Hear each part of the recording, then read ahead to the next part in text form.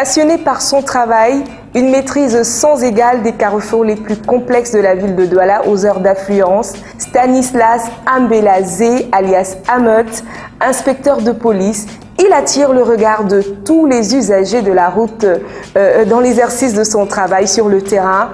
C'est le médecin des embouteillages à Douala. Son histoire, restez bien assis. Chers téléspectateurs, merci de nous retrouver. Vous regardez Believe in Africa. Nous sommes avec une légende sur le plateau, Mr Stanislas Ambelazé. Il est très connu, il s'appelle Amot, tout le monde l'appelle comme ça. Merci pour votre présence. C'est moi qui vous dis merci et merci à toute l'équipe qui vous accompagne. Ça vous fait quoi d'être sur un plateau télé? Je suis très ému de savoir que vraiment tous les Camerounais ont une passion par rapport à ce que je fais et que je suis bien noté. Et de surcroît, je me retrouve dans une grande émission comme celle-ci pour essayer de partager quelque chose en ce qui me concerne avec beaucoup plus les jeunes du Cameroun. En tout cas, merci. On va commencer par une présentation brève. Est-ce que vous pouvez vous présenter à tous nos téléspectateurs qui nous regardent, juste en quelques phrases? D'accord. Je m'appelle Ambelazé Stanislas. Le nom le plus connu, c'est Amot, le policier de Ndokoti, ou le médecin des embouteillages. J'ai beaucoup de noms comme ça que la population m'a donné. Je suis né dans un petit village qu'on appelle Kombo, département de la Mefou et Afamba, arrondissement d'Aoui. Je suis de la région du centre. Je suis entré à la police en 2000 et j'ai commencé à faire ce travail que vous appréciez aujourd'hui depuis 2005. Voilà un peu tout ce que je peux dire. Alors, c'était quoi votre rêve quand vous étiez très petit, quand vous étiez tout petit? Mon rêve quand j'étais tout petit était de m'impliquer sur, je veux dire, la construction de notre pays, c'est-à-dire que j'apporte ma petite contribution, que j'essaie de faire quelque chose, que je participe comme toute autre personne, afin que notre pays puisse rayonner sur la scène internationale, même au besoin. Vous êtes inspecteur de police aujourd'hui. Comment est-ce que vous vous retrouvez dans la police, s'il fallait faire un retour en arrière? J'admirais les policiers qui s'habillaient tels que vous me voyez souvent. C'est-à-dire se mettre devant les gens, donner des ordres, mettre de l'ordre, et essayer de ranger ce qui n'est pas bien. Et c'est comme ça que j'ai grandi avec cette envie de porter cette tenue un jour. Et lorsque l'occasion m'a été donnée, parce que je me rappelle que j'ai présenté le concours de la police en 1998. Les résultats sont sortis en 2000. Parce que quand je parle de 2000, c'est l'année à laquelle j'entre dans l'école de police. Bon. Quand nous nous retrouvons là-bas, il a fallu que je mette beaucoup plus d'accent sur ce que j'aimais à la police. Alors on nous faisait tous les autres cours, droit et autres, tirs, enquêtes. J'étais présent, mais quand il fallait parler de la circulation, c'est là où j'étais tellement pointu moi-même. Et Dieu merci, quand le moment était venu, après la sortie, je me suis retrouvé à la place dont j'ai choisi dès le départ. Et aujourd'hui, bon, je peux dire que je me réjouis parce que je ne me rendais pas compte que je pouvais vraiment satisfaire la population. Ou encore à Douala, parce que Douala n'est pas facile. Bon, Dieu merci, je vois tout est clair devant moi. Les échos me parviennent de part et d'autre parce que je ne sais même pas exactement ce que je fais. C'est vous qui êtes, je peux dire, mon thermomètre. Ce que vous faites est bien et puis vraiment il faut aller de l'avant. Raison pour laquelle je tiens sur mes deux épaules et je prie le bon Dieu de me accorder toujours santé et courage. En tout cas, quand on vous regarde dans la circulation, vous êtes simplement impressionnant. quand on vous regarde sur le terrain en plein exercice de votre activité.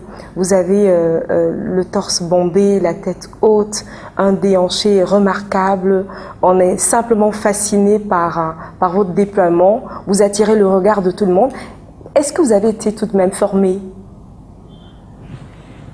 Formé de quelle manière? Formé parce que quand on regarde tout l'art, tout le spectacle, est-ce que vous avez appris ça quelque part? Là, j'ai déjà le bon sens de votre question. Vous savez, il est dit que l'homme en tenue doit marcher différemment de celui qui n'a pas été dans un camp de formation. Alors, si vraiment un homme en tenue, quel que soit le corps auquel il appartient, est nonchalant, vraiment, ça laisse à désirer.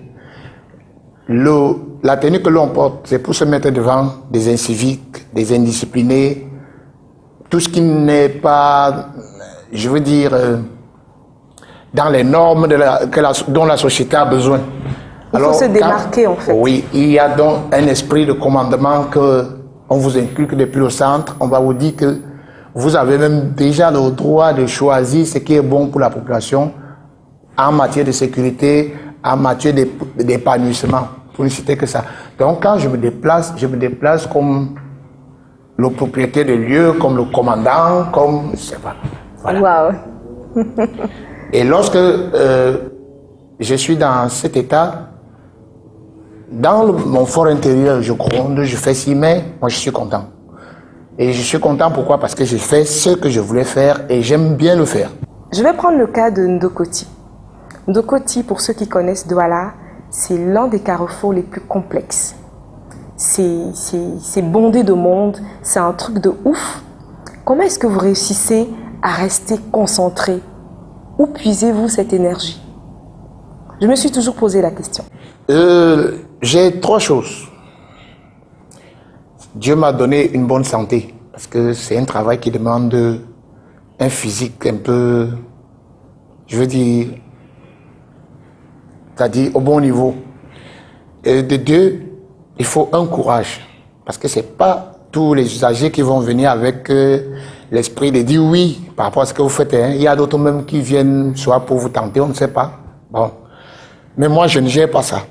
On va marquer une pause, le temps pour nous de regarder Africa Rising. À tout de suite.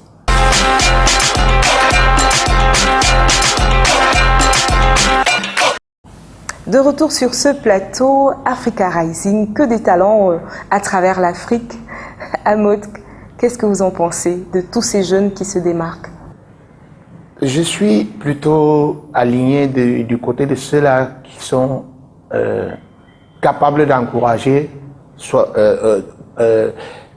c'est-à-dire l'efficacité d'un jeune, la persévérance d'un jeune, ses capacités de pouvoir franchir les obstacles de la vie.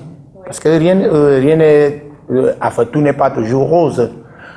Et je me dis que il est temps, par rapport à ce que je me retrouve devant vous, selon cette émission, il est temps qu'on essaie de souvent prendre ces genres de valeurs et qu'on essaie de rassembler toujours les autres jeunes qui restent à la traîne pour essayer de les amener à comprendre que si celui-ci a réussi à ce niveau, vous qui êtes à tel niveau aussi, vous pouvez faire pareil. Absolument. Il suffit juste de cultiver le courage, l'effort et tout ce qui... Il suffit d'y croire, il suffit d'y croire. Et il suffit d'y croire, c'est vrai. Je suis à 20 ans. Demande combien d'années? 20 ans. Waouh, ça fait beaucoup quand même. C'est beaucoup. Alors, si on revenait sur vous, dans le trafic, dans l'exercice de votre activité, on est dans une ville où il y a vraiment un sacré désordre urbain. Est-ce que vous avez un souvenir d'une mauvaise expérience? Oh, beaucoup de souvenirs, madame, beaucoup. Vraiment un en particulier qui vous a... Par exemple, le souvenir qui m'a beaucoup marqué négativement, c'est lorsque mon bras s'est cassé à la circulation. Un accident de la circulation. Un accident de la circulation, quand vraiment Ndokoti n'était pas, je peux dire, je n'avais pas encore... C'était encore à vos débuts? Non, je n'avais pas encore mis l'équilibre comme tel est le cas aujourd'hui, que lorsque j'ai le dos tourné, personne ne bouge. Avant, c'était pas facile. Et c'est comme ça que je me suis fait mal percuté. au bras droit ici. Je me suis retrouvé avec double fracture. Et... Bon, ça ne m'a pas découragé, hein, parce que je me rappelle qu'après la guérison, je suis revenu même en force et ça va jusqu'à aujourd'hui. Voilà, c'était ça. Alors, on a exceptionnellement passé le micro à certains usagers de la route. On va regarder en images et on revient tout de suite.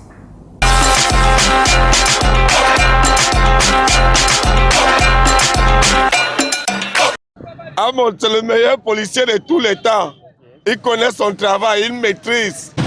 Non, Amon, c'est le meilleur policier que j'ai connu dans la ville de Douala. Parce qu'avec lui, on n'a jamais eu d'embouteillage en deux côtés. Il ne travaille pas seulement là au Carrefour, il travaille dans tous les environnements de nos côtés. Il a vraiment été formé très bien pour son travail. Il sait ce qu'il fait. Il vraiment fait son travail avec amour. C'est un monsieur qui aime bien son travail.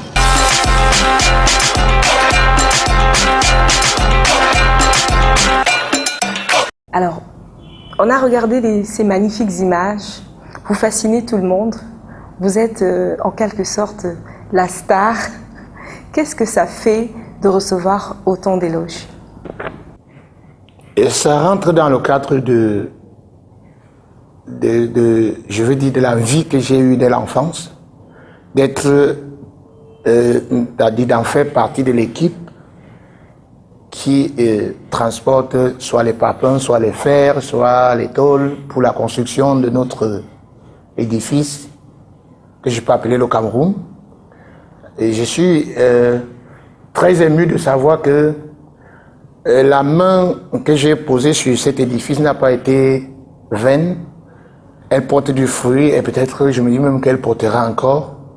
Et tout ce que je peux dire en dernier lieu dans tout ça, c'est que je prie tous les Camerounais qui ne croient pas que le Cameroun peut devenir quelque chose de plus beau demain, essayer d'effacer cette image et qu'ils sachent que tant qu'on vit, il y a espoir et que les efforts qu'on fournit par rapport à telle ou telle chose, et si vraiment le cœur aussi est pur et qu'on le fait sans état d'âme, il y a de bonnes raisons de croire qu'on va récolter des fruits. C'est un peu ça. Vous êtes également un artiste en parallèle. C'est vous vrai. êtes un papa comblé. Comment est-ce que vous réussissez à faire tout ça? À concilier les deux? Oui. Ah, d'accord. Inspecteur de police, artiste, et on sait comment votre métier vous occupe. Oui. Comment est-ce que vous réussissez à trouver le juste milieu, à trouver le bon équilibre? C'est trop de sacrifice de ma part. Parce que les heures de service, je ne blague pas avec. Je remplis d'abord mes heures de service. Et les heures même pour aller faire la musique sont toujours des heures, je peux dire, indues. Je peux travailler jusqu'à 21h, 22h. Quand le travail finit, je rentre à la maison, je me débarbouille. Je ressors, je retrouve donc ceux avec qui je travaille en studio pour la musique. Entre-temps, bon, j'ai de la chance qu'il y a de l'inspiration et il y a, je veux dire, le courage d'avancer. Je les retrouve, on travaille encore de 22h à 22h passé même à peut-être 4h du matin, je rentre. Je n'aurai même pas le temps de dormir parce qu'il faudra me préparer encore pour le boulot parce que là-bas, c'est ma première femme là-bas. Alors, vous êtes en permanence dans la circulation. On sait ce que c'est que le trafic, surtout en Dokoti. S'il fallait vous poser la question de savoir qu'est-ce qu'on pourrait apporter pour alléger cette tâche?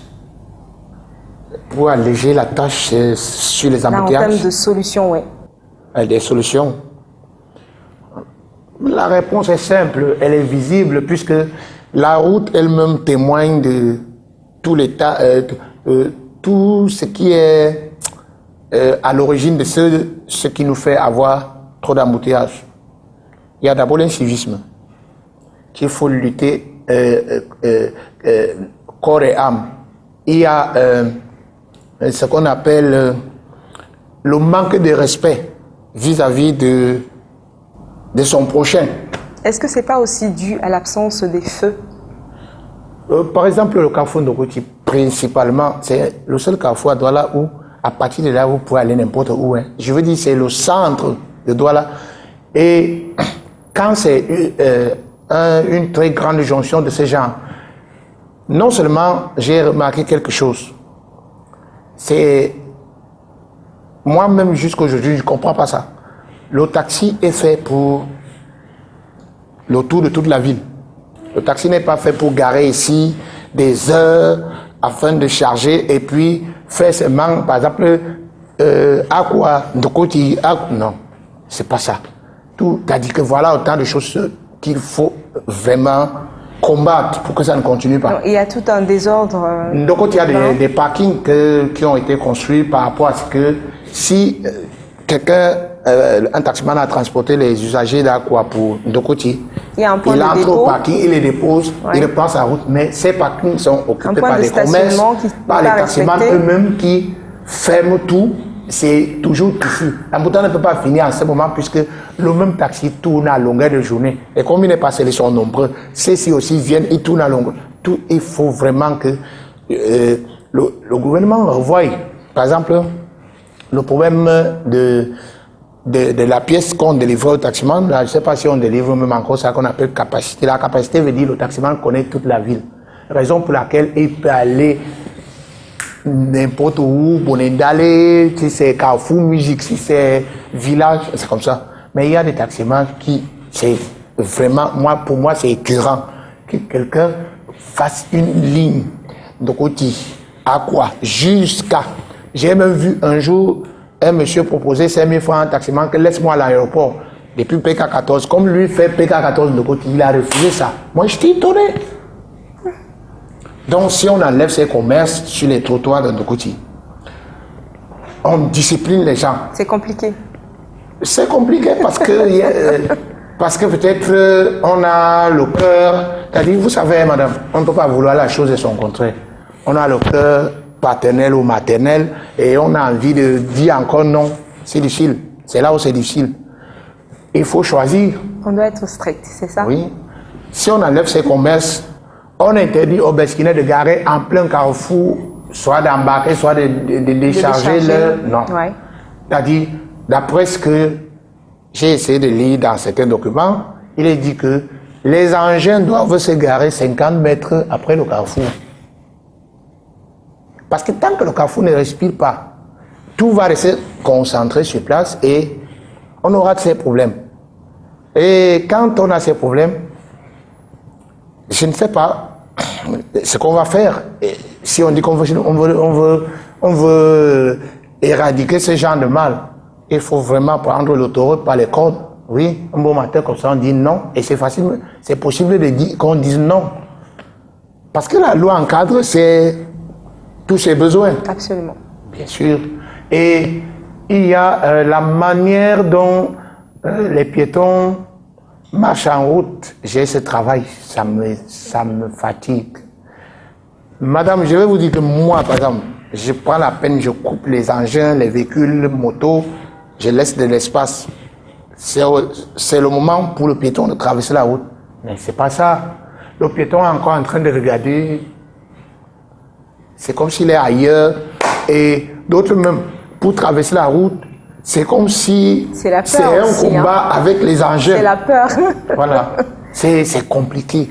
Donc, il faut aussi une campagne de sensibilisation par rapport aux piétons que lorsque vous traversez la route. Voilà comment vous devez faire. Il y a beaucoup d'adultes qui ne savent pas traverser la route, madame. Franchement. Alors, l'émission tire à sa fin. Un mot à l'endroit de tous nos téléspectateurs qui nous regardent. Oui,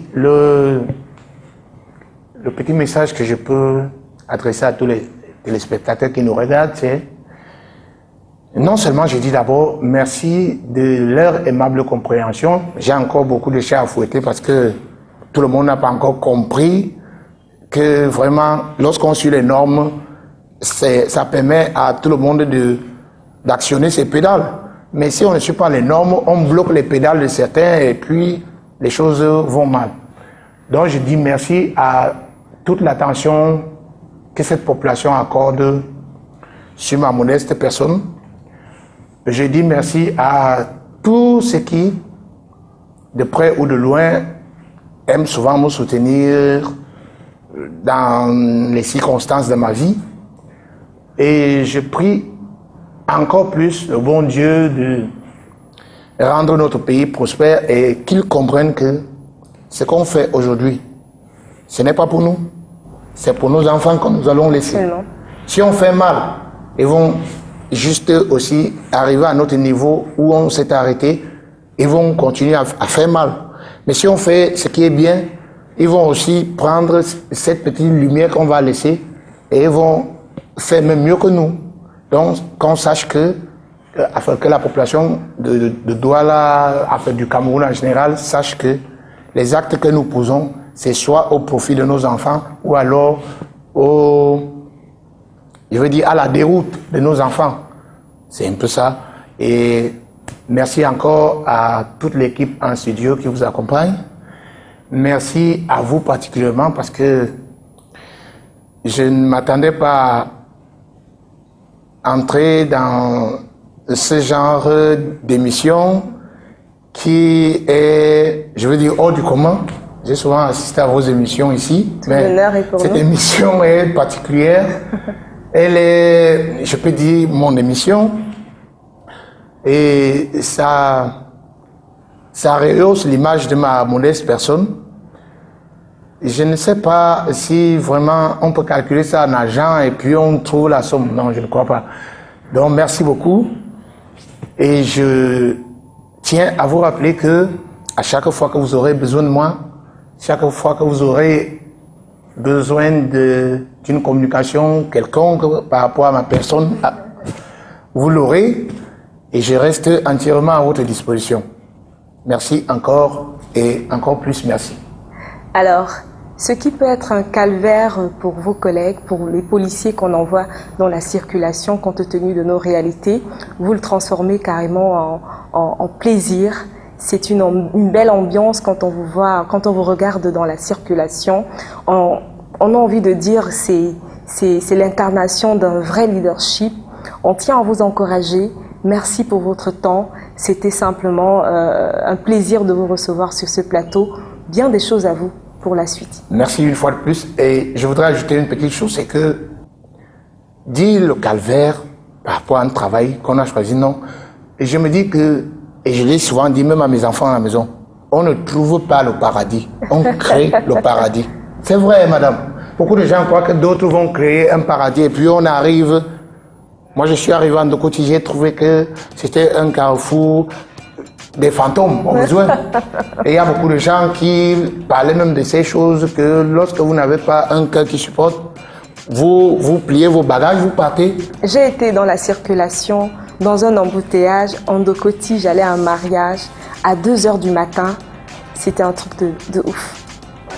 Donc Ndokoti, c'est un carrefour assez particulier. Voilà. C'était Believe in Africa, votre émission dédiée au talent. On se retrouve très vite pour une autre édition. Ciao, ciao.